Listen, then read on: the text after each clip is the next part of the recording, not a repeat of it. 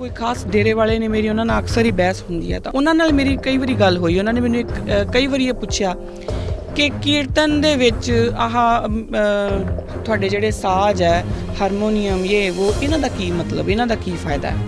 ਕਿ ਗੁਰੂ ਪਾਤਸ਼ਾਹ ਨੇ ਤੁਹਾਨੂੰ ਆਪਣਾ ਇੱਕ ਓਂਕਾਰ ਲਿਖ ਕੇ ਕੋਡ ਆਫ ਲੈਂਗੁਏਜ ਦੇ ਦਿੱਤੀ। ਕੋਡ ਆਫ ਲੈਂਗੁਏਜ ਕਿ ਉਹਨਾਂ ਨੇ ਇਹ ਦੱਸ ਦਿੱਤਾ ਕਿ ਮੈਂ ਜਦੋਂ ਵੀ ਗੱਲ ਕਰੂੰਗਾ ਉਹ ਦੋ ਚੀਜ਼ਾਂ ਨਾਲ ਕਰੂੰਗਾ, ਇੱਕ ਅੱਖਰ ਤੇ ਦੂਸਰਾ ਨੰਬਰ।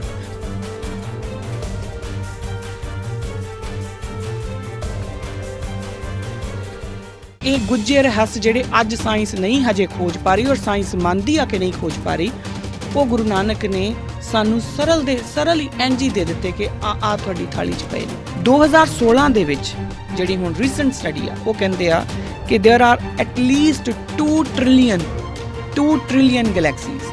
ਹੁਣ ਆਪਾਂ ਆਪਣੀ ਔਕਾਤ ਵੇਖੀਏ ਤਾਂ ਫਿਰ ਉਸ ਤੋਂ ਬਾਅਦ ਆਪਾਂ ਉਸ ਰੱਬ ਦੇ ਉੱਤੇ ਕਿੰਤੂ ਕਰਨਾ, ਉਸ ਏਕੇ ਦੇ ਉੱਤੇ ਕਿੰਤੂ ਕਰਨ ਬਾਰੇ ਸੋਚੀਏ।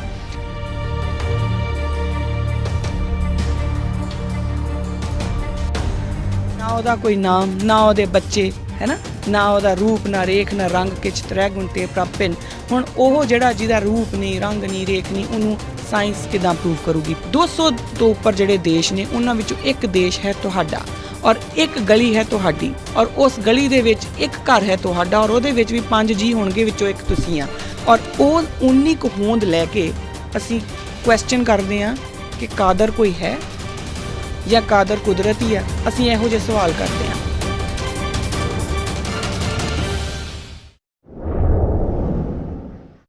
ਵਾਹਿਗੁਰੂ ਜੀ ਕਾ ਖਾਲਸਾ, ਵਾਹਿਗੁਰੂ ਜੀ ਕੀ ਫਤਿਹ। ਕਿਰਦਾਰੇ ਖਾਲਸਾ ਦੇ ਅੱਜ ਦੇ ਇਸ ਐਪੀਸੋਡ ਦੇ ਵਿੱਚ ਤੁਹਾਡਾ ਬਹੁਤ-ਬਹੁਤ ਸਵਾਗਤ ਹੈ। ਮੈਂ ਪਿਛਲੇ ਐਪੀਸੋਡ ਦੇ ਵਿੱਚ ਜਿਹੜੀ ਆਪਾਂ ਸ਼ੁਰੂਆਤ ਕੀਤੀ ਸੀਗੀ, ਐਕਚੁਅਲੀ ਗੱਲ ਸ਼ੁਰੂ ਹੋਈ ਸੀਗੀ ਅਰਦਾਸ ਸਮਝਣ ਦੀ, ਅਤੇ ਅਰਦਾਸ ਦੇ ਪਹਿਲੇ ਹੀ ਅੱਖਰ ਨੂੰ ਜਦੋਂ ਅਸੀਂ ਸਮਝਣ ਦੀ ਕੋਸ਼ਿਸ਼ ਕੀਤੀ, ਇੱਕ ਓਂਕਾਰ, ਤਾਂ ਉਹਦੇ ਵਿੱਚ ਬਹੁਤ ਕੁਛ ਸਾਨੂੰ ਦੇਖਣ ਨੂੰ ਮਿਲਿਆ, ਬਹੁਤ ਕੁਛ ਨਿਕਲਿਆ। ਪਿਛਲੇ ਜਿਹੜਾ ਐਪੀਸੋਡ ਸੀਗਾ ਉਹਦੇ ਵਿੱਚ ਮੈਂ ਤੁਹਾਡੇ ਨਾਲ ਇੱਕ ਓਂਕਾਰ ਨੂੰ ਸਮਝਣ ਦੀ ਥੋੜ੍ਹਾ ਜਿਹਾ ਯਤਨ ਕੀਤਾ ਸੀਗਾ ਤੁਹਾਡੇ ਨਾਲ ਮਿਲ ਕੇ। ਤਾਂ ਆਪਾਂ ਪਿਛਲੇ ਐਪੀਸੋਡ ਤੱਕ ਸਿਰਫ ਏਕੇ ਨੂੰ ਹੀ ਸਮਝ ਸਕੇ ਸੀਗੇ ਕਿ ਜਿਹੜਾ ਇੱਕ ਲਿਖਿਆ ਆ ਉਹ ਇੱਕ ਕੀ ਆ, ਉਹਨੂੰ ਵਰਡ ਵਿੱਚ ਕਿਉਂ ਨਹੀਂ ਲਿਖਿਆ ਗਿਆ, ਉਹਨੂੰ ਇੱਕ ਨੰਬਰ ਦੇ ਫਾਰਮ ਦੇ ਵਿੱਚ, ਇੱਕ ਨਿਊਮਰਲ ਦੇ ਫਾਰਮ 'ਚ ਕਿਉਂ ਲਿਖਿਆ ਗਿਆ। ਇਹ ਮੈਂ ਤੁਹਾਡੇ ਨਾਲ ਪਿਛਲੀ ਵਾਰੀ ਗੱਲ ਕੀਤੀ ਸੀਗੀ। ਇਸ ਐਪੀਸੋਡ ਨੂੰ ਸ਼ੁਰੂ ਕਰਨ ਤੋਂ ਪਹਿਲਾਂ ਮੈਂ ਤੁਹਾਨੂੰ ਪਿਛਲੇ ਐਪੀਸੋਡ ਦਾ ਥੋੜ੍ਹਾ ਜਿਹਾ ਰੀਕੈਪ ਦੇ ਦੇਣਾ ਚਾਹੁੰਦੀ ਹਾਂ, ਕਿਉਂਕਿ ਉਹ ਜ਼ਰੂਰੀ ਇਸ ਲਈ ਆ ਕਿਉਂਕਿ ਜਿਨ੍ਹਾਂ ਨੇ ਪਿਛਲਾ ਐਪੀਸੋਡ ਮਿਸ ਕਰ ਦਿੱਤਾ ਉਹਨਾਂ ਵਾਸਤੇ, ਜਾਂ ਜਿਹੜੇ ਹੁਣ ਨਵਾਂ ਜੁੜ ਰਹੇ ਨੇ ਉਹਨਾਂ ਲਈ, ਜਦੋਂ ਅਸੀਂ ਇੱਕ ਓਂਕਾਰ ਦੀ ਗੱਲ ਕਰਾਂਗੇ ਨਾ, ਤਾਂ ਸਾਨੂੰ ਇੱਕ ਓਂਕਾਰ ਸਮਝਣ ਲਈ ਇੱਕ ਨੂੰ ਸਮਝਣ ਦੀ ਬਹੁਤ ਇੰਪੋਰਟੈਂਟ ਆ ਸਾਡੇ ਲਈ। ਸੋ ਇਸ ਕਰਕੇ ਮੈਂ ਰੀਕੈਪ ਦਊਂਗੀ ਬੜੇ ਬਰੀਫ ਦੇ ਵਿੱਚ। ਮੈਂ ਜਿਹੜੇ 4 ਨੁਕਤੇ ਪਿਛਲੀ ਵਾਰੀ ਮੈਂ ਡਿਟੇਲ 'ਚ ਸਾਂਝੇ ਕੀਤੇ ਸੀਗੇ, ਉਹਨਾਂ ਨੂੰ ਬੜੇ ਬਰੀਫ ਦੇ ਵਿੱਚ ਮੈਂ ਤੁਹਾਨੂੰ ਦੱਸਣ ਦੀ ਕੋਸ਼ਿਸ਼ ਕਰੂੰਗੀ। ਜੇ ਤੁਸੀਂ ਪੂਰਾ ਡਿਟੇਲ ਦੇ ਵਿੱਚ ਜਾਣਨਾ ਹੋਵੇ ਤਾਂ ਤੁਸੀਂ ਬਾਕਾਇਦਾ ਜਿਹੜਾ ਅਕਾਲ ਚੈਨਲ ਦੇ YouTube ਚੈਨਲ ਦੇ ਉੱਪਰ ਜਿਹੜਾ ਪਲੇਲਿਸਟ ਹੈਗੀ, ਉਹਨਾਂ ਦੇ ਪਲੇਲਿਸਟ ਵਿੱਚ ਕਿਰਦਾਰੇ ਖਾਲਸਾ ਦੇ ਸਾਰੇ ਐਪੀਸੋਡ ਨੇ, ਤੁਸੀਂ ਉਹਨਾਂ ਵਿੱਚੋਂ ਕੱਢ ਕੇ ਦੇਖ ਸਕਦੇ ਹੋ ਕਿ ਮੈਂ ਪਿਛਲੀ ਵਾਰੀ ਜਿਹੜਾ ਇੱਕ ਹੈ ਉਹਨੂੰ ਡਿਟੇਲ 'ਚ ਆਪਾਂ ਕਿੱਦਾਂ ਗੱਲ ਕੀਤੀ ਸੀਗੀ। ਅੱਜ ਮੈਂ ਸਿਰਫ ਉਹਨਾਂ ਦੇ ਉਹ ਜਿਹੜੇ 4 ਨੁਕਤੇ ਮੈਂ ਤੁਹਾਡੇ ਨਾਲ ਸਾਂਝੇ ਕੀਤੇ ਸੀ ਉਹਨਾਂ ਦੀ ਇੱਕ ਬਰੀਫ ਆਊਟਲਾਈਨਿੰਗ ਕਰੂੰਗੀ, ਸੋ ਦੈਟ ਕਿ ਆਪਾਂ ਓਂਕਾਰ ਵੱਲ ਚੱਲ ਸਕੀਏ। ਮੈਂ 4 ਚੀਜ਼ਾਂ ਦੇ ਉੱਤੇ ਗੱਲ ਕੀਤੀ ਸੀ। ਪਹਿਲੀ ਸੀਗੀ ਕਿ ਜਿਹੜਾ ਏਕਾ ਹੈ ਨਾ, ਉਹ ਨੋਨ ਐਗਜ਼ਿਸਟੈਂਸ ਤੋਂ ਐਗਜ਼ਿਸਟੈਂਸ ਵੱਲ ਆਉਣ ਦਾ ਪਹਿਲਾ ਜਿਹੜਾ ਪ੍ਰਮਾਣ ਹੈ, ਜਾਂ ਕਹਿ ਲਓ ਪਹਿਲਾ ਸਟੈਪ ਹੈ। ਜਦੋਂ ਕੁਛ ਨਹੀਂ ਸੀ, ਉਹ ਇੱਕ ਜਿਹੜਾ ਅਨਹਦ ਨਾਦ ਹੈ, ਇੱਕ ਜਿਹੜਾ ਜਿਹਨੂੰ ਆਪਾਂ ਕਹਿ ਲਈਏ ਕਿ ਜਿਹੜਾ ਮਿਊਜ਼ਿਕ ਹੈ, ਜਿਹੜਾ ਸ਼ਬਦ ਹੈ, ਉਹ ਹਮੇਸ਼ਾ ਤੋਂ ਸੀ, ਉਹ ਉੱਥੇ ਸੀ। ਜਦੋਂ ਬਿਗ ਬੈਂਗ ਥਿਊਰੀ ਦੀ ਗੱਲ ਵੀ ਆਪਾਂ ਕਰਦੇ ਹਾਂ, ਬਹੁਤ ਸਾਇੰਸ ਦੇ ਸਟੂਡੈਂਟਸ ਜਾਣਦੇ ਆ ਉਹਨਾਂ ਨੂੰ। ਬਿਗ ਬੈਂਗ ਥਿਊਰੀ ਹੋਣ ਤੋਂ ਬਾਅਦ ਯੂਨੀਵਰਸ ਦੀ ਕ੍ਰੀਏਸ਼ਨ ਹੋਈ ਆ, ਯੂਨੀਵਰਸ ਫੈਲਿਆ ਆ, ਉਹਦਾ ਪਸਾਰਾ ਹੋਇਆ ਆ, ਪਰ ਇਹ ਨਹੀਂ ਆ ਕਿ ਉਸ ਤੋਂ ਪਹਿਲਾਂ ਉੱਥੇ ਕੁਛ ਵੀ ਨਹੀਂ ਸੀਗਾ। ਦੇਅਰ ਵਾਜ਼ ਨਥਿੰਗ ਕਾਲਡ, ਜਿਹੜਾ ਇਨਫੈਕਟ ਵੈਕਿਊਮ ਦੇ ਵਿੱਚ ਵੀ ਮੈਂ ਪਿਛਲੀ ਵਾਰੀ ਗੱਲ ਕੀਤੀ ਸੀਗੀ ਕਿ ਇਲੈਕਟ੍ਰੋਮੈਗਨੈਟਿਕ ਰੇਡੀਏਸ਼ਨਸ ਨੂੰ ਜਦੋਂ ਤੁਸੀਂ ਵੈਕਿਊਮ ਦੇ ਵਿੱਚ ਸਾਊਂਡ ਟਰੈਵਲ ਨਹੀਂ ਕਰਦੀ, ਪਰ ਇਲੈਕਟ੍ਰੋਮੈਗਨੈਟਿਕ ਰੇਡੀਏਸ਼ਨਸ ਨੂੰ ਉਹਨਾਂ ਨੇ ਬਕਾਇਦਾ ਨਾਸਾ ਨੇ ਜਦੋਂ ਦੇਖਿਆ ਆ, ਉਹਨਾਂ ਨੂੰ ਰਿਕਾਰਡ ਕੀਤਾ ਆ, ਤਾਂ ਉਹ ਇੱਕ ਧੁੰਨ ਦੀ ਫਾਰਮ ਦੇ ਵਿੱਚ ਆਉਂਦੀ। ਤਾਂ ਹਮੇਸ਼ਾ ਤੋਂ ਸ਼ਬਦ ਹਮੇਸ਼ਾ ਤੋਂ ਸਥਾਪਿਤ ਸੀ। ਉਸ ਸ਼ਬਦ ਦੇ ਵਿੱਚੋਂ ਅੱਗੇ ਜਿਹੜਾ ਯੂਨੀਵਰਸ ਆ ਉਹਦਾ ਕ੍ਰੀਏਸ਼ਨ ਹੋਈ ਆ। ਇੱਕ ਜਿਹੜੀ ਇੱਕ ਫੋਟੋਗ੍ਰਾਫ ਤੁਹਾਡੀ ਹੁਣ ਸਕਰੀਨ ਦੇ ਉੱਤੇ ਆ ਰਹੀ ਹੋਊਗੀ, ਤੁਸੀਂ ਉਹ ਦੇਖ ਸਕਦੇ ਆ। ਉਹ ਬੇਸਿਕਲੀ ਬਿਗ ਬੈਂਗ ਥਿਊਰੀ ਦੀ ਉਹ ਗੱਲ ਕਰਦੇ ਆ ਕਿ ਕਿਵੇਂ ਬਿਲਕੁਲ ਸ਼ੂਨਯ ਤੋਂ ਜਦੋਂ ਬਿਲਕੁਲ ਸਭ ਖਾਲੀ ਸੀ ਜਾਂ ਸਿਰਫ ਇੱਕ ਸ਼ਬਦ ਸੀ ਸਥਾਪਿਤ ਫਾਰਮਲੈਸ ਫਾਰਮ ਦੇ ਵਿੱਚ, ਜਦੋਂ ਉਹਦੀ ਕੋਈ ਫਾਰਮ ਨਹੀਂ ਸੀ, ਹੈ ਨਾ, ਉਸ ਤੋਂ ਬਾਅਦ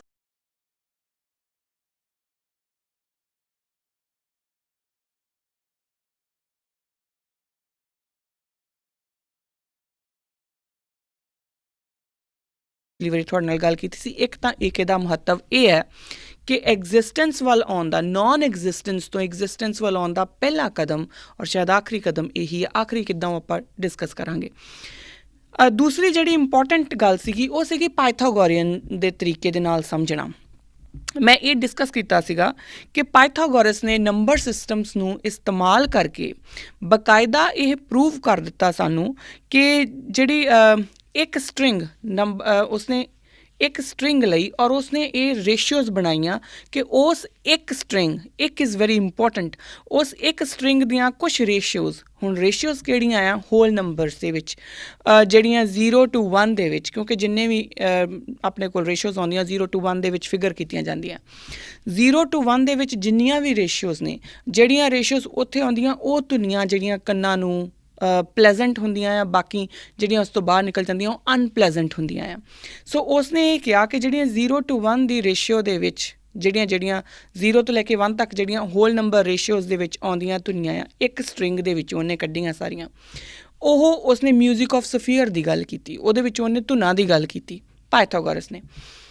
ਉਸ ਤੋਂ ਬਾਅਦ ਕੈਪਲਰ ਨੇ ਬਕਾਇਦਾ ਉਹਨਾਂ ਹੀ ਧੁਨਾਂ ਦੀ, ਉਸ ਇੱਕ ਸਟਰਿੰਗ 'ਚੋਂ ਨਿਕਲੀਆਂ ਧੁਨਾਂ ਨੂੰ ਆਧਾਰ ਬਣਾ ਕੇ ਉਸਨੇ ਇਹ ਦੱਸਿਆ ਕਿ ਯੂਨੀਵਰਸ, ਪੂਰਾ ਬ੍ਰਹਿਮੰਡ ਦੇ ਵਿੱਚ ਜਿੰਨੇ ਵੀ ਗ੍ਰਹਿ ਨੇ, ਉਹਨਾਂ ਦੀ ਜਿਹੜੀ ਮੂਵਮੈਂਟ ਹੈ, ਉਹਨਾਂ ਦੀ ਜਿਹੜੀ ਚਾਲ ਹੈ, ਉਹ ਬਕਾਇਦਾ ਉਹਨਾਂ ਧੁਨਾਂ ਦੇ ਉੱਤੇ ਹੀ ਆਧਾਰਿਤ ਹੈ। ਉਸਨੇ ਇਸ ਨੂੰ ਨਾਮ ਦਿੱਤਾ ਮਿਊਜ਼ਿਕ ਆਫ ਸਫੀਅਰਸ। ਹੁਣ ਇਹੀ ਮਿਊਜ਼ਿਕ ਆਫ ਸਫੀਅਰਸ ਦੀ ਜਿਹੜੀ ਫਿਲਾਸਫੀ ਹੈ ਕੈਪਲਰ ਦੀ, ਉਸ ਨੂੰ ਆਧਾਰ ਬਣਾ ਕੇ ਨਿਊਟਨ ਜਿਹੜਾ ਹੈ ਉਹ ਲਾਅ ਆਫ ਗ੍ਰੈਵਿਟੀ ਦਿੰਦਾ। ਸੋ ਮੇਰਾ ਜਿਹੜਾ ਮੂਲ ਕਹਿਣ ਦਾ ਮਤਲਬ ਇਹ ਸੀਗਾ ਕਿ ਜਿਹੜੀ ਏਕੇ ਦੀ ਧੁਨ ਹੈ, ਉਸ ਏਕੇ ਦੀ ਧੁਨ ਨੇ ਸਾਰੇ ਬ੍ਰਹਿਮੰਡ ਨੂੰ ਜਿਹੜਾ ਇੱਕ ਕਾਸਮਿਕ ਆਰਡਰ ਦਿੱਤਾ ਹੋਇਆ ਹੈ। ਉਸ ਕਾਸਮਿਕ ਆਰਡਰ ਦੇ ਵਿੱਚ ਬੰਨਣ ਲਈ ਕਿਸ ਤਰੀਕੇ ਨਾਲ, ਕਿਵੇਂ, ਕਿਉਂਕਿ ਜਦੋਂ ਆਪਾਂ ਪਾਇਥਾਗੋਰਸ ਨੂੰ ਲੈ ਲਈਏ ਅਤੇ ਨਿਊਟਨ ਦੇ ਲਾਅ ਆਫ ਗ੍ਰੈਵਿਟੀ ਨੂੰ ਲੈ ਲਈਏ, ਹੁਣ ਇਹ ਸਾਰਾ ਆਪਸ ਦੇ ਵਿੱਚ ਜੁੜਿਆ ਹੈ ਕਿਉਂਕਿ ਇੱਕ ਦੂਜੇ ਦੀ ਫਿਲਾਸਫੀ ਨੂੰ ਆਧਾਰ ਬਣਾਇਆ ਗਿਆ। ਧੁਨਾਂ ਹੀ ਨੇ ਜੋ ਗ੍ਰੈਵਿਟੀ ਦੀ ਗੱਲ ਤੱਕ ਪਹੁੰਚਾਉਂਦੀਆਂ ਨੇ ਸਾਨੂੰ, ਔਰ ਜਿੱਥੋਂ ਤੱਕ ਆਪਾਂ ਪਹੁੰਚ ਕੇ ਇਹ ਸਮਝਦੇ ਹਾਂ ਕਿ ਪੂਰਾ ਯੂਨੀਵਰਸ ਇੱਕ ਪਰਟੀਕੂਲਰ ਕਾਸਮਿਕ ਆਰਡਰ ਦੇ ਵਿੱਚ ਬੱਝਾ ਹੋਇਆ। ਉਹ ਕਿੱਦਾਂ ਬੱਝਾ ਹੋਇਆ? ਉਹਦਾ ਜਿਹੜਾ ਧੁਰਾ ਹੈ ਉਹ ਇੱਕ ਹੈ, ਉਹ ਏਕੇ ਦੀ ਧੁਨ ਹੈ ਜਿਹਦੇ ਵਿੱਚੋਂ ਬਾਕੀ ਧੁਨਾਂ ਬਾਹਰ ਨਿਕਲਦੀਆਂ। ਇਹ ਮੈਂ ਪਿਛਲੀ ਵਾਰੀ ਤੁਹਾਡੇ ਨਾਲ ਬੜੇ ਡੀਟੇਲ ਦੇ ਵਿੱਚ ਗੱਲ ਕੀਤੀ ਸੀਗੀ। ਹੁਣ ਜਦੋਂ ਅਸੀਂ ਸ਼ਬਦ ਗੁਰੂ ਦੀ ਸ਼ਰਨ ਵਿੱਚ ਜਾਵਾਂਗੇ ਤਾਂ ਸਾਨੂੰ ਸਮਝ ਇਹ ਪਊਗੀ ਕਿ ਜਿਹੜੀ ਗੁਰਬਾਣੀ ਅਨਹਦ ਨਾਦ ਦੀ ਗੱਲ ਕਰਦੀ ਹੈ, ਉਹ ਬੇਸਿਕਲੀ ਉਸੇ ਏਕੇ ਦੀ ਗੱਲ ਕਰਦੀ। ਇਸੇ ਲਈ ਗੁਰੂ ਨਾਨਕ ਪਹਿਲਾ ਅੱਖਰ ਏਕਾ ਪਾਉਂਦੇ ਆ ਕਿ ਉਸ ਏਕੇ ਦੇ ਵਿੱਚੋਂ ਹੀ ਧੁਨਾਂ ਨਿਕਲੀਆਂ, ਉਸ ਏਕੇ ਦੇ ਵਿੱਚੋਂ ਹੀ ਅੱਗੇ ਪਸਾਰਾ ਹੋਇਆ। ਉਸ ਏਕੇ ਦੀਆਂ ਧੁਨਾਂ ਨੇ ਹੀ ਪੂਰੀ ਕਾਸਮਿਕ ਐਨਰਜੀ ਨੂੰ ਇੱਕ ਆਰਡਰ ਦੇ ਕੇ ਰੱਖਿਆ ਹੋਇਆ। ਹੁਣ ਇਹ ਗੱਲ ਆਪਣੇ ਕੋਲ ਆਉਂਦੀ ਆ, ਉਹ ਫਿਰ ਮੈਂ ਤੁਹਾਡੇ ਨਾਲ ਇਹ ਜ਼ਿਕਰ ਕੀਤਾ ਸੀਗਾ ਕਿ ਗੁਰੂ ਨਾਨਕ ਜਿਹੜੇ ਆ ਉਹਨਾਂ ਨੂੰ ਏਕੇ ਦੀ ਸੋਝੀ, ਕਿਉਂਕਿ ਉਹ ਆਪ ਏਕਾ ਹੋ ਗਏ। ਜਦੋਂ ਉਹ ਏਕਾ ਹੈ ਤਾਂ ਹੀ ਤਾਂ ਭਾਈ ਗੁਰਦਾਸ ਉਹਨਾਂ ਨੂੰ ਕਹਿੰਦੇ ਆ ਨਾ, ਆਪ ਨਾਰਾਇਣ ਕਲਾ ਧਾਰ ਇਸ ਜਗ ਮੇ ਪਰਵਰਿਓ। ਜਦੋਂ ਉਹ ਏਕਾ ਹੈ ਤਾਂ ਉਹਨਾਂ ਦੇ ਵਿੱਚੋਂ ਰਾਗ ਨਿਕਲਦੇ ਨੇ, 19 ਰਾਗ, ਜਿਨ੍ਹਾਂ ਦੇ ਵਿੱਚ ਉਹਨਾਂ ਆਪਣੀ ਜਿਹੜੀ ਬਾਣੀ ਹੈ ਉਹ ਬਕਾਇਦਾ ਦਰਜ ਕਰਦੇ ਨੇ। ਉਸ ਤੋਂ ਅੱਗੇ ਆ ਜਾਂਦੇ ਨੇ ਆਪਣੇ ਕੋਲ, ਫਿਰ ਮੈਂ ਤੁਹਾਡੇ ਨਾਲ ਡਿਸਕਸ ਕੀਤਾ ਸੀਗਾ ਭਾਈ ਜੇਠਾ ਜੀ ਦੀ। ਹੁਣ ਤੁਸੀਂ ਇਹ ਦੇਖੋ, ਭਾਈ ਜੇਠਾ ਜੀ ਜਦ ਤੱਕ ਤਾਂ ਆਪਣੀ ਬਾਲ ਅਵਸਥਾ ਦੇ ਵਿੱਚ ਉਹ ਮਾਂ ਬਾਪ ਤੋਂ ਬਿਨਾਂ ਆਪਣੀ ਬੁੱਢੀ ਦਾਦੀ ਦੇ ਨਾਲ ਜਿਹੜੇ ਆ ਘੁੰਗਣੀਆਂ ਵੇਚ ਕੇ ਗੁਜ਼ਰ ਬਸਰ ਕਰ ਰਹੇ ਆ। ਜਦੋਂ ਤੱਕ ਇਹ ਏਕੇ ਦੀ ਜੋਤ ਉਹਨਾਂ ਤੱਕ ਨਹੀਂ ਗਈ, ਉਦੋਂ ਤੱਕ ਉਹ ਭਾਈ ਜੇਠਾ ਨੇ। ਜਦੋਂ ਇਹ ਜੋਤ ਉਹਨਾਂ ਦੇ ਵਿੱਚ ਚਲੇ ਜਾਂਦੀ ਹੈ ਤਾਂ ਉਹ ਗੁਰੂ ਰਾਮਦਾਸ ਮਹਾਰਾਜ ਹੋ ਜਾਂਦੇ ਨੇ, ਜਿਨ੍ਹਾਂ ਨੇ 30-31 ਰਾਗਾਂ ਦੇ ਵਿੱਚ ਜਿਹੜੀ ਹੈਗੀ ਹੈ, 30 ਰਾਗਾਂ ਦੇ ਵਿੱਚ ਉਹ ਬਾਣੀ ਦਰਜ ਕਰਾ ਦਿੰਦੇ ਨੇ।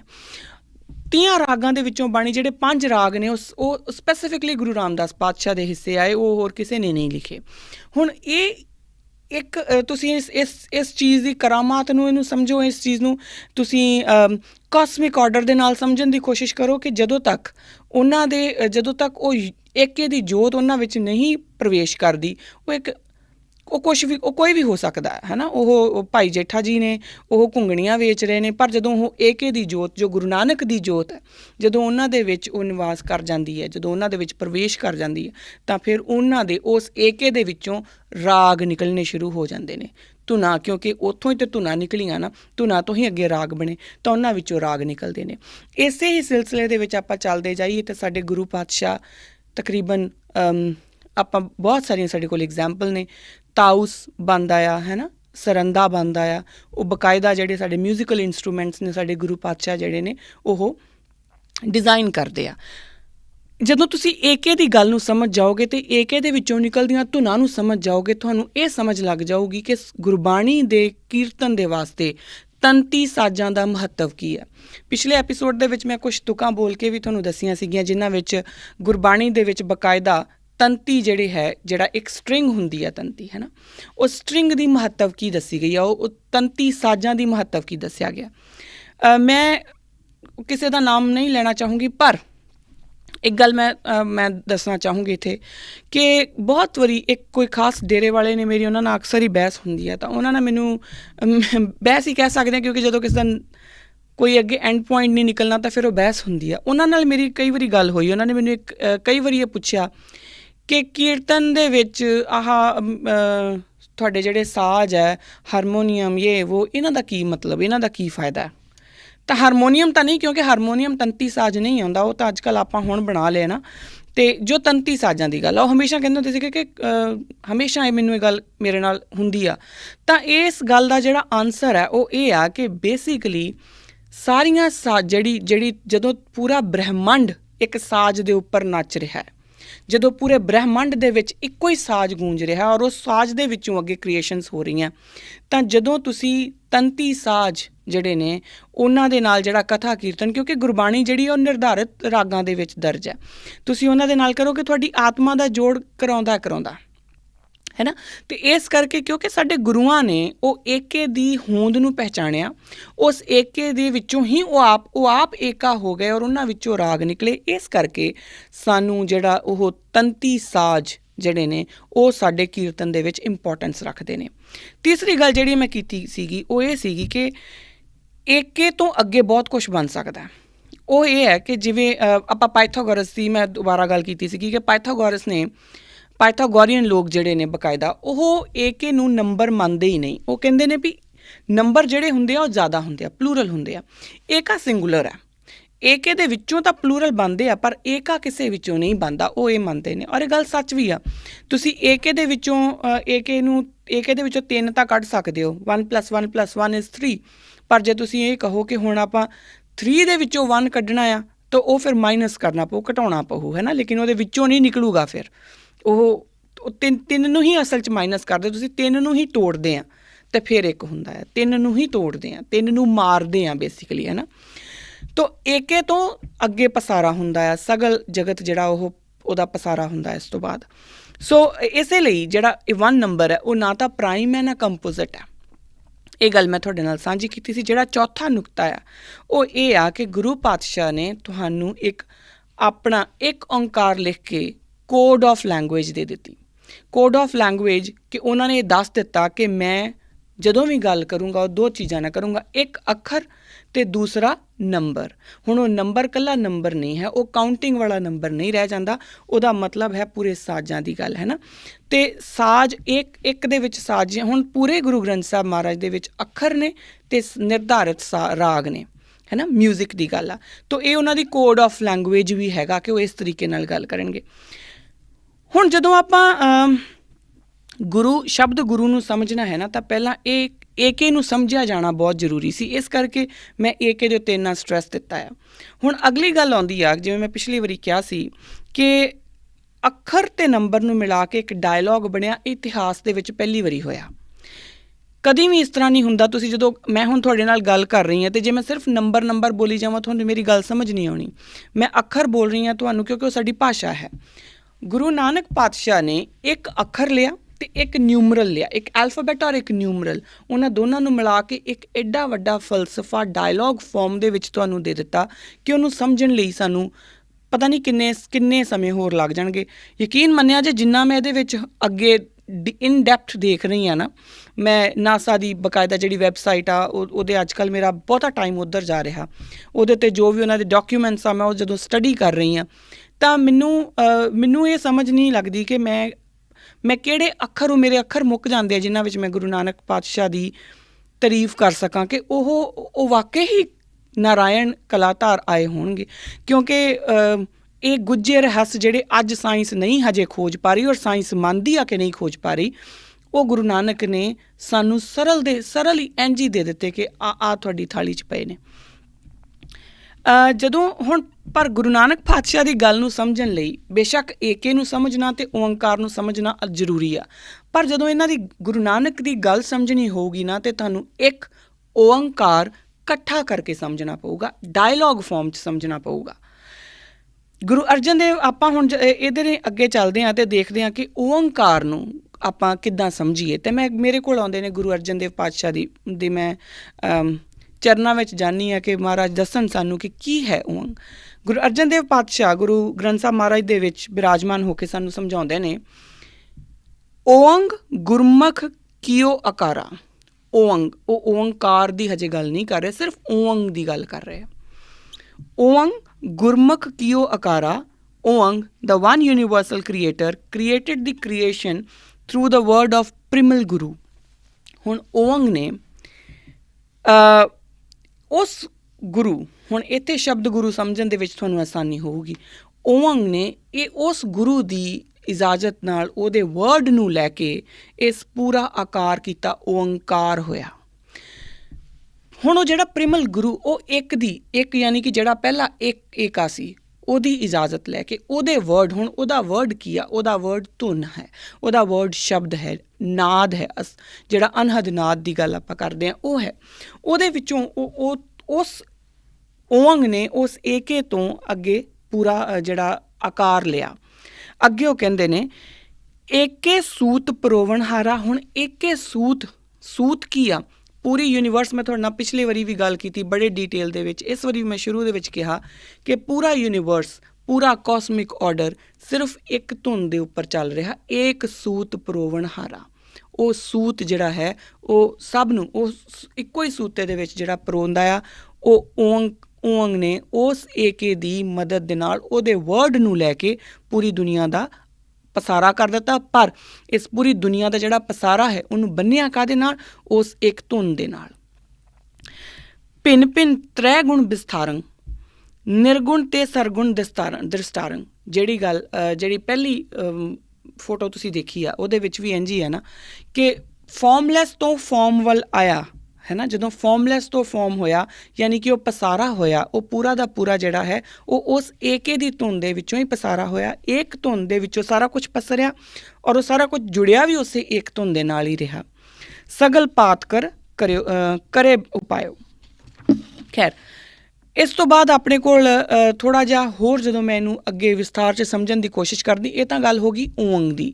ਓਂਗ ਦੀ ਗੱਲ ਦੇ ਵਿੱਚ ਬੜਾ ਕਲੀਅਰ ਗੁਰੂ ਅਰਜਨ ਦੇਵ ਪਾਤਸ਼ਾਹ ਨੇ ਸਾਨੂੰ ਦੱਸ ਦਿੱਤਾ ਕਿ ਓਂਗ ਨੇ ਜਿਹੜਾ ਉਹ ਪ੍ਰਿਮਲ ਗੁਰੂ ਯਾਨੀ ਕਿ ਜਿਹੜਾ ਏਕਾ ਹੈ, ਉਸ ਇੱਕ ਧੁਨ ਦੀ, ਉਸ ਇੱਕ ਦੇ ਵਰਡ ਦੀ, ਉਹਦੀ ਆਵਾਜ਼ ਤੋਂ ਅੱਗੇ ਪੂਰਾ ਕੁਝ ਆਕਾਰ ਲਿਆ, ਓਂਕਾਰ ਹੋਇਆ।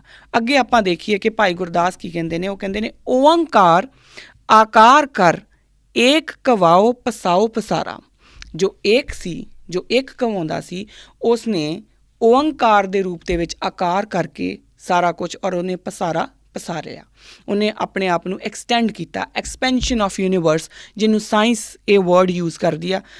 ਤੁਸੀਂ ਨਾਸਾ ਦੀ ਜਿਹੜੀ ਓਫੀਸ਼ੀਅਲ ਵੈਬਸਾਈਟ ਆ, ਤੁਸੀਂ ਉੱਤੇ ਜਾਓਗੇ, ਉੱਥੇ ਵਰਡ ਬੜਾ ਕਾਮਨ ਯੂਜ਼ ਹੁੰਦਾ, expansion of universe, creation of universe ਨਹੀਂ। ਇਹ ਨਹੀਂ ਹੈ ਕਿ ਇਹ ਇੱਕ ਦਿਨ ਆ ਕ੍ਰੀਏਟ ਹੋਇਆ, ਦੂਜੇ ਦਿਨ ਇਹ ਕ੍ਰੀਏਟ ਹੋਇਆ, ਕਿਸੇ ਦਾ ਕੋਈ ਵੀ ਬਿਲੀਵ ਹੋ ਸਕਦਾ। ਪਰ ਜੋ ਨਾਸਾ ਬੋਲਦਾ ਉਹ ਕਹਿੰਦਾ ਕਿ ਇਟ ਹੈਜ਼ ਐਕਸਪੈਂਡਡ, ਉਹਨੇ ਯੂਨੀਵਰਸ ਐਕਸਪੈਂਡ ਹੋਇਆ। ਉਹ ਜੋ ਗੱਲ ਇੱਥੇ ਕਹੀ ਜਾ ਰਹੀ ਹੈ। ਪੰਜ ਤੱਤ ਪ੍ਰਵਾਨ ਕਰ ਘਟ ਘਟ ਅੰਦਰ ਤ੍ਰਿਭਵਨ ਸਾਰਾ। ਪੰਜ ਤੱਤ ਪ੍ਰਵਾਨ ਕਰਕੇ ਪੰਜਾਂ ਤੱਤਾਂ ਦੇ ਵਿੱਚ ਸਾਰਾ ਤ੍ਰਿਭਵਨ, ਪੂਰਾ ਜਿਹੜਾ ਉਹ ਯੂਨੀਵਰਸ ਹੈ, ਉਸਨੇ ਕ੍ਰੀਏਟ ਕਰ ਦਿੱਤਾ ਓਂਕਾਰ ਦਾ ਹੀ ਪਸਾਰਾ ਹੋ ਗਿਆ ਨਾ ਅੱਗੇ। ਕਾਦਰ ਕਿਨੇ ਨਾ ਲਖਿਆ ਕੁਦਰਤ ਸਾਜ ਕੀ ਅਵਤਾਰਾ। ਕਿ ਕਾਦਰ ਨੂੰ ਤਾਂ ਕਿਸੇ ਨੇ ਨਹੀਂ ਦੇਖਿਆ, ਪਰ ਉਸਨੇ ਕੁਦਰਤ ਸਾਜ ਕੇ ਸਾਰਾ ਪਸਾਰਾ ਕਰ ਦਿੱਤਾ। ਇੱਥੇ ਇਹ ਗੱਲ ਬੜੀ ਫਿਰ ਤੋਂ ਮੈਂ ਦੁਬਾਰਾ ਇਹ ਸ਼ਾਇਦ ਮੈਂ ਗੱਲ ਇੱਕ ਦੋ ਵਾਰੀ ਫਿਰ ਬੋਲੂੰਗੀ, ਰੈਪੀਟੇਸ਼ਨ ਹੋ ਜਾਏ ਤਾਂ ਮੈਨੂੰ ਮਾਫ਼ ਕਰ ਦਿਓ, ਪਰ ਇੱਥੇ ਇਹ ਗੱਲ ਸਮਝਣ ਵਾਲੀ ਆ, ਕਾਦਰ ਕਿਨੇ ਨਾ ਲਖਿਆ ਕੁਦਰਤ ਸਾਜ ਕੀ ਅਵਤਾਰਾ, ਕਿ ਕਾਦਰ ਨੂੰ ਤਾਂ ਕਿਸੇ ਨੇ ਨਹੀਂ ਵੇਖਿਆ ਪਰ ਉਸਨੇ ਕੁਦਰਤ ਸਾਜ ਕੇ ਅੱਗੇ ਜਿਹੜਾ ਹੈ ਉਹਨੇ ਵਰਤਾਰਾ ਕਰ ਲਿਆ। ਹੁਣ ਜਿੱਦਾਂ ਮੈਂ ਤੁਹਾਨੂੰ ਪਹਿਲਾਂ ਗੱਲ ਕੀਤੀ ਸੀਗੀ ਕਿ ਏਕੇ ਦਾ ਮਹੱਤਵ ਕੀ ਹੈ, ਇੱਕ ਦੇ ਵਿੱਚੋਂ ਤੁਸੀਂ 3 ਤਾਂ ਕ੍ਰੀਏਟ ਕਰ ਸਕਦੇ ਆ, 1 + 1 + 1 + 1 + 1 5 ਹੋ ਗਿਆ, 1 + 1 + 1 3 ਹੋ ਗਿਆ, 1 + 1 + 1 7 ਵਾਰੀ ਕਰੋਗੇ 7 ਹੋ ਜਾਊਗਾ। ਸੋ ਉਸ ਏਕੇ ਦੇ ਵਿੱਚੋਂ ਤਾਂ ਸਾਰੇ ਨੰਬਰ ਸਿਸਟਮ ਜਿੱਦਾਂ ਬਣ ਜਾਂਦਾ ਹੈ, ਇਸੇ ਤਰੀਕੇ ਨਾਲ ਉਸ ਏਕੇ ਦੇ ਵਿੱਚੋਂ ਪੂਰਾ ਜਿਹੜਾ ਯੂਨੀਵਰਸ ਆ ਉਹ ਕ੍ਰੀਏਟ ਹੋ ਗਿਆ, ਜਿਹੜੀ ਕੁਦਰਤ ਆ ਉਹ ਕ੍ਰੀਏਟ ਹੋ ਗਈ। ਹੁਣ ਜਿਹੜਾ ਏਕਾ ਹੈ ਉਹ 3 ਦੇ ਵਿੱਚ ਤਾਂ ਹੈ, ਪਰ ਜੇ ਤੁਸੀਂ ਇਹ ਕਹੋ ਕਿ 3 ਹੀ ਏਕਾ ਹੈ ਤਾਂ ਉਹ ਗਲਤ ਹੋ ਜਾਊਗਾ। ਇਸੇ ਕਰਕੇ ਜਿਹੜੇ ਅੱਜ ਆਪਣੇ ਕੋਲ ਇੱਕ ਦੁਵਿਧਾ ਜੀ ਬਣੀ ਹੋਈ ਆ ਨਾ ਕਿ ਕੁਦਰਤ ਹੀ ਜੀ ਪਰਮਾਤਮਾ ਹੈ, ਬੇਸਿਕਲੀ ਪਰਮਾਤਮਾ ਕੁਦਰਤ ਦੇ ਵਿੱਚ ਹੈ, ਬਲਿਹਾਰੀ ਕੁਦਰਤ ਵਸਿਆ, ਗੱਲ ਸਹੀ ਆ, ਬਿਲਕੁਲ ਸਹੀ ਹੈ, ਤੇਰਾ ਅੰਤ ਨਾ ਜਾਏ ਲਖਿਆ, ਪਰ ਉਹ ਕੁਦਰਤ ਹੀ ਕਾਦਰ ਹੈ, ਇਹ ਥੋੜ੍ਹਾ ਗੜਬੜ ਹੈ। ਇਹ ਇਸੇ ਲਈ ਏਕਾ ਸਮਝਣ ਦੀ ਜ਼ਰੂਰਤ ਹੈ ਕਿ ਏਕੇ ਤੋਂ 3 ਤਾਂ ਬਣ ਗਏ ਪਰ 3 ਹੀ ਏਕਾ ਹੈ, ਇਹ ਗਲਤ ਹੈ।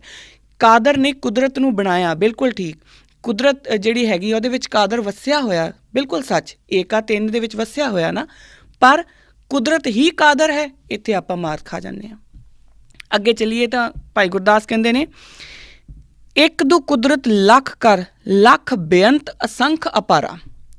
ਇੱਕ ਦੋ ਕੁਦਰਤ, ਇੱਕ ਤੋਂ ਬਾਅਦ ਫਿਰ ਉਹਨੇ ਕਈ ਤਰ੍ਹਾਂ ਦੀਆਂ ਜਿਹੜੀ ਕਈ ਕੁਦਰਤ ਦੇ ਵੀ ਬੜੀਆਂ ਮਾਇਰਿਆਡ ਫਾਰਮਸ ਜਿਹੜੀਆਂ ਉਹਨੇ ਬਣਾ ਕੇ ਸਾਨੂੰ ਦੇ ਦਿੱਤੀਆਂ।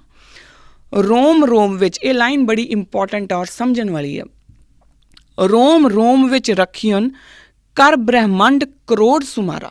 ਉਹਦੇ ਇੱਕ ਇੱਕ ਰੋਮ, ਹੁਣ ਰੋਮ ਮੈਨੂੰ ਤੁਹਾਨੂੰ ਦੱਸਣ ਦੀ ਮੈਨੂੰ ਲੱਗਦਾ ਨਹੀਂ ਜ਼ਰੂਰਤ ਆ, ਪਰ ਜਿਨ੍ਹਾਂ ਨੂੰ ਇੰਗਲਿਸ਼ ਹੀ ਆਉਂਦੀ ਹੈ ਜ਼ਿਆਦਾ, ਪੰਜਾਬੀ ਨਹੀਂ ਆਉਂਦੀ, ਅਤੇ ਰੋਮ ਕੀ ਹੁੰਦਾ ਆ, ਜਿੰਨੇ ਵੀ ਆਪਣੇ ਸਰੀਰ ਦੇ ਉੱਪਰ ਵਾਲ ਨੇ ਨਾ, ਅਤੇ ਉਹਨਾਂ ਦੇ ਉਹ ਜਿਹੜੇ ਵਾਲ ਜਿਸ ਸਕਿਨ ਸੈੱਲ ਦੇ ਵਿੱਚੋਂ ਨਿਕਲਦੇ ਆ ਉਹਨੂੰ ਰੋਮ ਕਹਿੰਦੇ ਆ। ਉਸ ਹਰ ਇੱਕ ਸਕਿਨ ਸੈੱਲ, ਉਹਦੇ ਇੱਕ ਇੱਕ ਰੋਮ ਦੇ ਵਿੱਚ ਕਈ ਬ੍ਰਹਿਮੰਡ ਹੈ, ਕਈ ਯੂਨੀਵਰਸ ਹੈ। ਔਰ ਇਹ ਗੱਲ ਅੱਜ ਜਿਹੜੀ ਹੈਗੀ ਆ ਉਹ ਯੂਨੀਵਰਸ ਪ੍ਰੂਵ ਕਰ ਰਹੀ ਹੈ। ਹਾਂ, ਯੂਨੀਵਰਸ ਹੁਣ ਇੱਕ ਨੂੰ ਸਾਇੰਸ ਪ੍ਰੂਵ ਕਰ ਰਹੀ ਹੈ। ਸਾਇੰਸ ਹੁਣ ਇੱਕ ਨੂੰ ਪ੍ਰੂਵ ਤਾਂ ਨਹੀਂ ਕਰ ਸਕਦੀ, ਕਿਉਂਕਿ ਨਾ ਤਾਂ ਉਹ ਦਿਖੇ, ਨਾ ਉਹਦਾ ਕੋਈ ਨਾਮ, ਨਾ ਉਹਦੇ ਬੱਚੇ, ਹੈ ਨਾ ਉਹਦਾ ਰੂਪ, ਨਾ ਰੇਖ, ਨਾ ਰੰਗ, ਕਿਛ ਤ੍ਰੈ ਗੁਣ ਤੇ ਪ੍ਰਭਿੰਨ। ਹੁਣ ਉਹ ਜਿਹੜਾ ਜਿਹਦਾ ਰੂਪ ਨਹੀਂ, ਰੰਗ ਨਹੀਂ, ਰੇਖ ਨਹੀਂ, ਉਹਨੂੰ ਸਾਇੰਸ ਕਿੱਦਾਂ ਪ੍ਰੂਵ ਕਰੂਗੀ? ਪਰ ਜਿਹੜੀ ਇਹ ਗੱਲ ਲਿਖੀ ਗਈ ਹੈ ਕਿ ਉਹਦੇ ਇੱਕ ਇੱਕ ਰੋਮ ਦੇ ਵਿੱਚ ਕਈ ਯੂਨੀਵਰਸ ਨੇ, ਇਹ ਇੰਪੋਰਟੈਂਟ ਆ। ਹੁਣ ਦੇਖੋ, ਜਦੋਂ ਏਕੇ ਦੇ ਵਿੱਚੋਂ ਮੈਂ ਤੁਹਾਨੂੰ ਕਿਹਾ ਕਿ ਉਹ ਇੱਕ ਧੁਨ ਦੇ ਵਿੱਚੋਂ ਕਈ ਧੁਨਾਂ ਨਿਕਲਦੀਆਂ ਨੇ, ਹੈ ਨਾ, ਉਹਨਾਂ ਕਈ ਧੁਨਾਂ ਦੇ ਵਿੱਚੋਂ ਹੁਣ ਜਿੰਨੀਆਂ ਵੀ ਧੁਨਾਂ ਹੈ, ਇੱਕ ਯੂਨੀਵਰਸ, ਉਹ ਸਾਰੀਆਂ ਉਹਦੇ ਰੋਮ 'ਚੋਂ ਹੀ ਨਿਕਲ ਰਹੀਆਂ ਨਾ, ਉਹਦੇ ਰੋਮਾਂ 'ਚੋਂ ਹੀ ਨਿਕਲ ਰਹੀਆਂ। ਉਹ ਸਾਰੀਆਂ ਜਦੋਂ ਨਿਕਲ ਕੇ ਫੈਲਦੀਆਂ ਨੇ ਤਾਂ ਉਹ ਕਈ ਯੂਨੀਵਰਸ ਬਣਾ ਦਿੰਦੀਆਂ। ਇਹਦਾ ਜਿਹੜਾ ਸਾਇੰਟੀਫਿਕ ਰੀਜ਼ਨ ਹੈਗਾ, ਸਾਇੰਟੀਫਿਕ ਜਿਹੜੀ ਗੱਲ ਆ ਉਹ ਇਸ ਤਰ੍ਹਾਂ, ਮੈਂ ਕੋਟ ਕਰ ਰਹੀ ਹਾਂ, ਆਇਥਨ ਸੈਗਲ ਨੇ ਅਕਤੂਬਰ 2018 ਦੇ ਵਿੱਚ ਫੋਰਬਸ ਵਿੱਚ ਇਹ ਗੱਲ ਛਪੀ ਸੀਗੀ, ਤੁਸੀਂ ਪੜ੍ਹ ਸਕਦੇ ਹਾਂ। ਉਹਨਾਂ ਲਿਖਿਆ ਹੈ ਕਿ just how many galaxies are out there used to be a mystery with estimates rising from thousands to millions to billions. ਇਸ ਦੁਨੀਆ ਦੇ ਵਿੱਚ ਕਿੰਨੀਆਂ ਗੈਲੈਕਸੀਜ਼ ਨੇ ਸਾਨੂੰ ਨਹੀਂ ਪਤਾ, ਔਰ ਜਿਹੜੇ ਐਸਟੀਮੇਟਸ ਆ ਉਹ ਵੱਧਦੇ ਜਾਂਦੇ ਨੇ। ਆਲ ਐਸ ਟੈਲੀਸਕੋਪ ਟੈਕਨੋਲੋਜੀ ਇੰਪਰੂਵਡ, ਜਿਵੇਂ ਟੈਲੀਸਕੋਪ ਦੀ ਟੈਕਨੋਲੋਜੀ ਇੰਪਰੂਵ ਹੁੰਦੀ ਹੈ, ਸਾਡੇ ਰਹੱਸ ਖੁੱਲ੍ਹਦੇ ਨੇ। ਹੁਣ ਉਹ ਕਹਿੰਦਾ ਕਿ ਇਹ ਬੜੀ ਇੰਪੋਰਟੈਂਟ ਗੱਲ ਆ ਕਿ ਉਹ ਕਿਉਂ ਇਸ ਤਰ੍ਹਾਂ ਗੱਲ ਹੋ ਰਹੀ ਹੈ। ਦੇਖੋ, ਜਦੋਂ ਅਸੀਂ ਇਹ ਗੱਲ ਬੋਲਦੇ ਹਾਂ ਨਾ ਕਿ ਸਾਨੂੰ ਸਾਰਾ ਕੁਝ ਪਤਾ ਹੈ ਜੀ, ਇੱਥੇ ਗੱਲ ਸਾਨੂੰ ਖ਼ਤਮ ਕਰ ਦੇਣੀ ਚਾਹੀਦੀ ਆ, ਕਿਉਂਕਿ ਜਿਹੜੀਆਂ ਜਦੋਂ ਆਪਾਂ ਏਕੇ ਦੀ ਪਸਾਰੇ ਦੀ ਗੱਲ ਕਰਦੇ ਹਾਂ ਤਾਂ ਅਸੀਂ ਉਹਨੂੰ ਕੁਦਰਤ ਨੂੰ ਹੀ ਆਪਾਂ ਨਹੀਂ ਸਮਝ ਪਾਉਂਦੇ ਕਿ ਕੁਦਰਤ ਕੀ ਆ, ਸਾਡੇ ਪੱਲੇ ਉਹੀ ਨਹੀਂ ਪੈਂਦਾ। ਕਾਦਰ ਨੂੰ ਸਮਝਣਾ ਬਹੁਤ ਵੱਡੀ ਗੱਲ ਆ। ਇੱਕ ਹੋਰ ਜਗ੍ਹਾ ਦੇ ਉੱਤੇ ਲਿਖਿਆ ਹੋਇਆ ਕਿ 1999 ਦੀ ਸਟੱਡੀ ਦੇ ਅਕੋਰਡਿੰਗ 125 ਬਿਲੀਅਨ ਗਲੈਕਸੀ ਸੀਗੀਆਂ।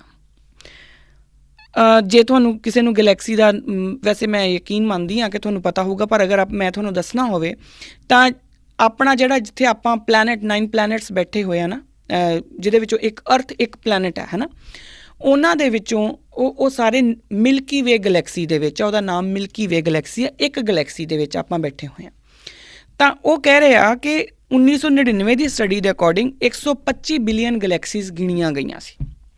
ਉਸ ਤੋਂ ਬਾਅਦ 2013 ਦੀ ਸਟੱਡੀ ਦੇ ਵਿੱਚ 225 ਬਿਲੀਅਨ ਗਲੈਕਸੀਜ਼ ਸਾਇੰਸ ਨੇ ਕਿਹਾ ਕਿ ਨਹੀਂ ਉਹ ਜਿਹੜੀਆਂ ਪਹਿਲਾਂ ਗਿਣੀਆਂ ਸੀ ਉਹ ਘੱਟ ਗਿਣੀਆਂ ਗਈਆਂ ਸੀਗੀਆਂ, ਐਕਚੁਅਲੀ ਇੰਨੀਆਂ ਆ। 2016 ਦੇ ਵਿੱਚ ਜਿਹੜੀ ਹੁਣ ਰੀਸੈਂਟ ਸਟੱਡੀ ਆ ਉਹ ਕਹਿੰਦੇ ਆ ਕਿ ਦੇਅਰ ਆਰ ਐਟਲੀਸਟ 2 ਟ੍ਰਿਲੀਅਨ ਗਲੈਕਸੀਜ਼। ਹੁਣ ਆਪਾਂ ਆਪਣੀ ਔਕਾਤ ਵੇਖੀਏ ਤਾਂ ਫਿਰ ਉਸ ਤੋਂ ਬਾਅਦ ਆਪਾਂ ਉਸ ਰੱਬ ਦੇ ਉੱਤੇ ਕਿੰਤੂ ਕਰਨਾ, ਉਸ ਏਕੇ ਦੇ ਉੱਤੇ ਕਿੰਤੂ ਕਰਨ ਬਾਰੇ ਸੋਚੀਏ ਕਿ 2 ਟ੍ਰਿਲੀਅਨ ਦੇ ਵਿੱਚੋਂ ਇੱਕ ਗਲੈਕਸੀ ਹੈ ਮਿਲਕੀ ਵੇ। ਉਹਦੇ ਵਿੱਚ ਜਿਹੜੇ ਪਲੈਨਟਸ ਨੇ ਉਹਨਾਂ ਵਿੱਚੋਂ ਇੱਕ ਪਲੈਨਟ ਹੈ ਅਰਥ, ਔਰ ਅਰਥ ਦੇ ਵਿੱਚ ਪਤਾ ਨਹੀਂ ਕਿੰਨੇ ਕੁ ਦੇਸ਼ ਨੇ, 200 ਤੋਂ ਉੱਪਰ ਦੇਸ਼ ਜਿਹੜੇ ਆ ਉਹ ਘੱਟਦੇ ਵੱਧਦੇ, ਕਦੀ ਕੋਈ ਬਣ ਜਾਂਦਾ ਕੋਈ 200 ਤੋਂ ਉੱਪਰ ਜਿਹੜੇ ਦੇਸ਼ ਨੇ ਉਹਨਾਂ ਵਿੱਚੋਂ ਇੱਕ ਦੇਸ਼ ਹੈ ਤੁਹਾਡਾ, ਔਰ ਇੱਕ ਗਲੀ ਹੈ ਤੁਹਾਡੀ, ਔਰ ਉਸ ਗਲੀ ਦੇ ਵਿੱਚ ਇੱਕ ਘਰ ਹੈ ਤੁਹਾਡਾ, ਔਰ ਉਹਦੇ ਵਿੱਚ ਵੀ 5 ਜੀ ਹੋਣਗੇ, ਵਿੱਚੋਂ ਇੱਕ ਤੁਸੀਂ ਆ। ਔਰ ਉਹ ਉਨੀ ਕੁ ਹੋਂਦ ਲੈ ਕੇ ਅਸੀਂ ਕੁਐਸਚਨ ਕਰਦੇ ਹਾਂ ਕਿ ਕਾਦਰ ਕੋਈ ਹੈ ਜਾਂ ਕਾਦਰ ਕੁਦਰਤ ਹੀ ਆ। ਅਸੀਂ ਇਹੋ ਜਿਹੇ ਸਵਾਲ ਕਰਦੇ ਹਾਂ। ਸਾਨੂੰ ਇਹਦੇ ਬਾਰੇ ਸਮਝਣ ਵਾਸਤੇ, ਜਿਹਨੂੰ ਅਜੇ ਸਾਇੰਸ ਵੀ ਲੱਗੀ ਹੋਈ ਹੈ ਸਮਝਣ ਲਈ, ਸਾਨੂੰ ਉਸ ਏਕੇ ਦੀ ਪਾਵਰ ਨੂੰ ਸਮਝਣਾ ਪਊਗਾ। ਉਸ ਤੋਂ ਅੱਗੇ ਆਈਏ ਤਾਂ ਹਾਂ, ਜਿਹੜੀ ਇੰਪੋਰਟੈਂਟ ਗੱਲ ਆ ਉਹ ਇਹ ਆ ਕਿ ਇਹ ਜਿਹੜੀਆਂ ਤੁਸੀਂ ਅਗਰ ਨਾਸਾ ਦੀ ਵੈਬਸਾਈਟ 'ਤੇ ਆਪ ਜਾ ਕੇ ਖੋਜਣਾ ਚਾਹੋ ਤਾਂ ਐਡਵਿਨ ਹਬਲ ਸਭ ਤੋਂ ਪਹਿਲਾਂ, ਉਸ ਤੋਂ ਪਹਿਲਾਂ ਇਹ ਮੰਨਦੇ ਹੁੰਦੇ ਸੀ ਕਿ ਸਾਇੰਸ ਜਿਹੜੀ ਆ ਉਹ ਮੰਨਦੀ ਸੀ ਕਿ ਦੁਨੀਆ ਦੇ ਵਿੱਚ ਸਿਰਫ ਇੱਕੋ ਹੀ ਗਲੈਕਸੀ ਆ, ਹੈ ਨਾ। 1920 ਦੇ ਵਿੱਚ ਐਡਵਿਨ ਹਬਲ ਜੋ ਹੈ, ਜਿਹਦੇ ਨਾਮ ਦੇ ਉੱਪਰ ਹਬਲ ਟੈਲੀਸਕੋਪ ਜਿਹੜਾ ਹਬਲ ਸਪੇਸ ਕ੍ਰਾਫਟ ਜਿਹੜਾ ਉਹ ਚੱਲਦਾ ਆ, ਉੱਥੋਂ ਟੈਲੀਸਕੋਪ ਜਿਹੜਾ ਆ ਉਹ ਹਬਲ ਟੈਲੀਸਕੋਪ ਜਿਹੜਾ ਦੁਨੀਆ ਜਿਹੜੀ ਯੂਨੀਵਰਸ ਦੀਆਂ ਫੋਟੋਗ੍ਰਾਫਸ ਧਰਤੀ 'ਤੇ ਭੇਜਦਾ ਆ। ਔਰ ਐਡਵਿਨ ਹਬਲ ਨੇ ਉਦੋਂ ਪ੍ਰੂਵ ਕੀਤਾ ਸੀਗਾ ਕਿ ਨਹੀਂ, ਮਿਲਕੀ ਵੇ ਇਕੱਲੀ ਗਲੈਕਸੀ ਨਹੀਂ ਆ, ਹੋਰ ਵੀ ਕਈ ਗਲੈਕਸੀਜ਼ ਹੈਗੀਆਂ। ਉਹਨੇ ਪਹਿਲੀ ਵਾਰੀ 1920 ਦੇ ਵਿੱਚ ਪ੍ਰੂਵ ਕੀਤਾ ਸੀ ਸਾਇੰਸ ਨੇ, ਜੋ ਗੁਰੂ ਗ੍ਰੰਥ ਸਾਹਿਬ ਮਹਾਰਾਜ ਤੁਹਾਨੂੰ ਪਹਿਲਾਂ ਦੱਸ ਰਹੇ ਨੇ। ਹੁਣ ਫਿਰ ਉਹੀ ਗੱਲ ਆ ਜੂਗੀ, ਮੈਂ ਦੁਬਾਰਾ ਉਹੀ ਗੱਲ ਕੋਟ ਕਰਦੀ ਹਾਂ, ਰੋਮ ਵਿੱਚ ਰੱਖੀਆਂ ਕਰ ਵਰ ਭੰਡ ਕਰੋੜ ਆਕਾਰਾ। ਇਹ ਵੀ ਭਾਈ ਗੁਰਦਾਸ ਦੀ ਵਾਰ ਨੰਬਰ 6 ਹੈ। ਰੋਮ ਵਿੱਚ ਰੱਖੀਆਂ, ਉਹ ਕਹਿੰਦੇ ਕਿ ਇੱਕ ਰੋਮ ਦੇ ਵਿੱਚ ਕਈ ਕਰੋੜਾਂ ਦੇ ਕਰੋੜ ਜਿਹੜੇ ਆ ਉਹਦੀ ਯੂਨੀਵਰਸ ਜਿਹੜੇ ਉਹਦੀ ਇੱਕ ਉਹਦੇ 'ਚ ਪਏ ਹੋਏ ਆ। ਇੱਕ ਰੋਮ ਦੇ ਵਿੱਚ ਸਿਰਫ ਗਲੈਕਸੀ ਨਹੀਂ, ਕਈ ਯੂਨੀਵਰਸ, ਅਤੇ ਇੱਕ ਯੂਨੀਵਰਸ ਦੀਆਂ ਕਿੰਨੀਆਂ ਗਲੈਕਸੀਜ਼ ਇਹ ਲੱਭ ਰਹੇ ਨੇ ਸਾਇੰਸ ਵਾਲੇ। ਤਾਂ ਇੱਥੋਂ ਆਪਾਂ ਇਹ ਸਮਝ ਲਈਏ ਕਿ ਉਹ ਜਿਹੜਾ ਏਕਾ ਹੈ ਉਹਦਾ ਪਸਾਰਾ ਕਿੱਡਾ ਵਿਸ਼ਾਲ ਹੈ। ਹੁਣ ਜਿਹੜੀ ਇੱਥੇ ਮੈਂ ਗੱਲ ਕੀਤੀ ਸੀਗੀ, ਬਹੁਤੀ ਸਾਇੰਸ ਵੱਲ ਮੈਂ ਨਾ ਜਾਂਦੇ ਹੋਏ ਗੱਲ ਆਪਣੀ ਇੱਥੇ ਰੱਖਾਂ, ਜਿੱਥੇ ਮੈਂ ਡਾਇਲੋਗ ਦੀ ਗੱਲ ਕੀਤੀ ਸੀਗੀ ਕਿ ਤੁਹਾਨੂੰ ਇਹਨੂੰ ਡਾਇਲੋਗ ਰੂਪ ਦੇ ਵਿੱਚ ਹੀ ਸਮਝਣਾ ਪਊਗਾ। ਜਦੋਂ ਇਹ ਗੱਲ ਆਉਂਦੀ ਹੈ ਕਿ ਉਸਦੇ ਰੋਮ ਵਿੱਚ ਇੱਕ ਯੂਨੀਵਰਸ ਹੈ। ਹੁਣ ਇੱਥੇ ਇੱਕ ਗੱਲ ਸਮਝਿਓ ਕਿ ਜਿੰਨੀਆਂ ਯੂਨੀਵਰਸ, ਕਿਉਂਕਿ ਨਾਸਾ ਸਿਰਫ ਇੱਕ ਯੂਨੀਵਰਸ 'ਤੇ ਕੰਮ ਕਰ ਰਹੀ ਆ, ਜਿੰਨੇ ਵੀ ਯੂਨੀਵਰਸ ਨੇ, ਜਦੋਂ ਆਪਾਂ ਉਹਨਾਂ ਯੂਨੀਵਰਸ ਦੀਆਂ ਓਨੀਆਂ ਹੀ ਧੁਨਾਂ ਹੋਣਗੀਆਂ, ਠੀਕ ਹੈ ਜੀ, ਕਿਉਂਕਿ ਹਰ ਇੱਕ ਯੂਨੀਵਰਸ ਦੇ ਪਲੈਨਟਸ ਜਿਹੜੇ ਉਹਨਾਂ ਦੀ ਕਾਸਮਿਕ ਐਨਰਜੀ ਵੀ ਹੋਊਗੀ, ਉਹ ਕਾਸਮਿਕ ਐਨਰਜੀ ਫਾਈਨਲੀ ਉਸੇ ਹੀ ਧੁਨ ਦੇ ਨਾਲ ਚੱਲਣੀ ਆ। ਹੁਣ ਉਹ ਸਾਰੀਆਂ ਜਦੋਂ ਆਪਾਂ ਇੱਕ ਓਂਕਾਰ ਦੀ ਗੱਲ ਕਰਦੇ ਹਾਂ ਤਾਂ ਇੱਥੋਂ ਆਪਾਂ ਗੱਲ ਸਮਝ ਲਈਏ ਕਿ ਗੁਰੂ ਮਹਾਰਾਜ ਨੇ ਤੁਹਾਨੂੰ ਇੱਕ ਫਲਸਫਾ ਦਿੱਤਾ ਇਸ ਪੂਰੇ ਬ੍ਰਹਿਮੰਡ ਦੇ, ਇਸ ਪੂਰੇ ਆਪਣੇ ਕੋਲੋਂ ਸ਼ਾਇਦ ਟਰਮੀਨੋਲੋਜੀ ਵੀ ਨਹੀਂ ਹੈਗੀ, ਉਹ ਵਰਡ ਵੀ ਨਹੀਂ ਹੈ, ਤਾਂ ਹੀ ਤਾਂ ਸ਼ਾਇਦ ਜਦੋਂ ਗੁਰੂ ਮਹਾਰਾਜ ਜਿਹੜਾ ਉਹ ਇੱਕ ਬੋਲ ਦਿੰਦੇ ਆ, ਹੈ ਨਾ, ਕਿ ਇੱਕ, ਕਿਉਂਕਿ ਉਹਦਾ ਟਰਮ ਕੋਈ ਨਹੀਂ ਦਿੱਤੀ ਜਾ ਸਕਦੀ। ਉਹਦੇ ਰਹੱਸ ਨੂੰ ਸਮਝਣ ਲਈ ਸਾਨੂੰ ਉਹ ਇੱਕ ਬਹੁਤ ਵੱਡਾ ਮੂਲ ਮੰਤਰ ਦਿੰਦੇ ਆ, ਇੱਕ ਓਅੰਕਾਰ। ਅਗਲੀ ਵਾਰੀ ਜਦੋਂ ਤੁਸੀਂ ਇੱਕ ਓਅੰਕਾਰ ਬੋਲਣ ਲੱਗੋ ਨਾ, ਤਾਂ ਇਹ ਸੋਚ ਕੇ ਬੋਲਿਓ, ਇਹ ਸਮਝ ਕੇ ਬੋਲਿਓ ਕਿ ਏਕਾ ਤੁਹਾਨੂੰ ਉਸ ਅਣਹਦ ਨਾਦ ਦੇ ਨਾਲ ਜੋੜਦਾ ਹੈ, ਉਸ ਏਕੇ ਨਾਲ ਜੋੜਦਾ ਹੈ ਜਿਹਦੇ ਤੋਂ ਅੱਗੇ ਕਈ ਤਰ੍ਹਾਂ ਦੀਆਂ ਧੁਨੀਆਂ ਪੈਦਾ ਹੁੰਦੀਆਂ, ਔਰ ਹਰ ਇੱਕ ਧੁਨੀ ਦੇ ਵਿੱਚੋਂ ਇੱਕ ਯੂਨੀਵਰਸ ਪੈਦਾ ਹੁੰਦਾ ਆ, ਔਰ ਇੱਕ ਯੂਨੀਵਰਸ ਦੇ ਵਿੱਚ ਕਈ ਗਲੈਕਸੀਜ਼ ਆ। ਆਪਣੇ ਵਾਲੇ ਯੂਨੀਵਰਸ ਦੇ ਵਿੱਚ 2 ਟ੍ਰਿਲੀਅਨ ਗਲੈਕਸੀਜ਼ ਆ, ਜੋ ਸਾਇੰਸ ਪ੍ਰੂਵ ਕਰ ਚੁੱਕੀ ਆ, ਹੈ ਨਾ। ਅੱਗੇ ਮੈਂ ਸਿਰਫ ਭਾਈ ਗੁਰਦਾਸ ਜੀ ਤੋਂ ਕੋਲੋਂ ਹੀ ਕੁਛ ਕੋਟ ਕਰਕੇ ਤੇ ਫਿਰ ਆਪਾਂ ਇਸ ਗੱਲ ਨੂੰ ਖ਼ਤਮ ਕਰਾਂਗੇ। ਉਹ ਕਹਿੰਦੇ, ਏਕ ਕਵਾਓ ਪਸਾਓ ਕਰ ਓਂਕਾਰ ਸੁਣਾਇਆ। ਏਕ ਕਵਾਓ ਪਸਾਓ ਕਰ ਓਂਕਾਰ ਸੁਣਾਇਆ, ਕਿ ਉਸ ਇੱਕ ਜੋ ਇੱਕ ਕਹਾਉਂਦਾ ਉਸਨੇ ਪਸਾਰ ਕਰਕੇ ਓਂਕਾਰ ਸੁਣਾਇਆ, ਕਿਉਂਕਿ ਓੰਗ ਨੇ ਹੀ ਤਾਂ ਉਸ ਇੱਕ ਦੀ ਜਿਹੜੀ ਧੁਨੀ ਆ, ਉਸ ਇੱਕ ਦੀ ਆਵਾਜ਼ ਨੂੰ ਆਪਣੇ ਅੰਦਰ ਸਮਾ ਕੇ ਆਕਾਰ ਬਣਾਇਆ ਨਾ। ਓਅੰਕਾਰ ਆਕਾਰ ਲੱਖ ਬ੍ਰਹਿਮੰਡ ਬਣਾਇਆ। ਹੁਣ ਜਦੋਂ ਓਅੰਕਾਰ ਨੇ ਫਿਰ ਅੱਗੇ ਆਕਾਰ ਲਿਆ ਤਾਂ ਉਹਨੇ ਲੱਖ ਬ੍ਰਹਿਮੰਡ ਬਣਾ ਲਏ। 5 ਤੱਤ ਉਤਪਤ ਲੱਖ, 3 ਲੋਆ ਲੋ ਸੁਹਾਇਆ, ਕਿ 5 ਤੱਤ ਫਿਰ ਉਸਨੇ ਉਤਪਤ ਕੀਤੇ ਓਂਕਾਰ ਨੇ, ਔਰ ਉਹਦੇ ਵਿੱਚੋਂ ਜਿਹੜੇ ਹੈ ਉਹ 3 ਜਿਹੜੇ ਲੋਕ ਹੈ 3 ਵਰਲਡਸ ਉਹ ਪੈਦਾ ਹੋਈਆਂ। 3 ਵਰਲਡ ਸਾਰਿਆਂ ਨੂੰ ਪਤਾ ਆ, ਇੱਕ ਹੈਵਨ ਜਿਹਨੂੰ ਆਪਾਂ ਬੋਲਦੇ ਹਾਂ, ਇੱਕ ਧਰਤੀ ਔਰ ਇੱਕ ਐਟਮੋਸਫੇਅਰ। ਜਲ ਥਲ ਗਿਰ ਤਰਵਰ ਸਫਲ ਦਰਿਆਵ ਚਲਾਇਆ। ਹੁਣ ਜਲ ਥਲ ਵਾਟਰ ਅਰਥ ਮਾਊਂਟੇਨ ਟਰੀਜ਼ ਔਰ ਉਹ ਜਿੰਨੀਆਂ ਵੀ ਸਾਰੀਆਂ ਰਿਵਰਸ ਉਹ ਸਾਰੀਆਂ ਉਹਨੇ ਚਲਾਈਆਂ। ਲੱਖ ਦਰਿਆਓ ਸਮਾਓ ਕਰ ਤਿਲ ਤੁਲ ਨਾ ਤੁਲਾਇਆ। ਔਰ ਉਹਨਾਂ ਲੱਖਾਂ ਦਰਿਆਵਾਂ ਨੂੰ ਉਹ ਜਿਹੜੀਆਂ ਰਿਵਰਸ ਨੇ ਉਹਨਾਂ ਨੂੰ ਸਮਾਉਣ ਲਈ ਓਸ਼ੀਅਨਸ ਬਣਾਏ, ਹੈ ਨਾ। ਔਰ ਕਿਉਂਕਿ ਕਿੰਨੀਆਂ ਹੀ ਜਿਹੜੀਆਂ ਰਿਵਰਸ ਆ ਉਹ ਓਸ਼ੀਅਨਸ ਦੇ ਵਿੱਚ ਜਾ ਮਿਲਦੀਆਂ ਆ। ਕੁਦਰਤ ਏਕ ਅਤੁਲ ਵੀ ਲੇਖਾ ਨਾ ਲਿਖਿਆ।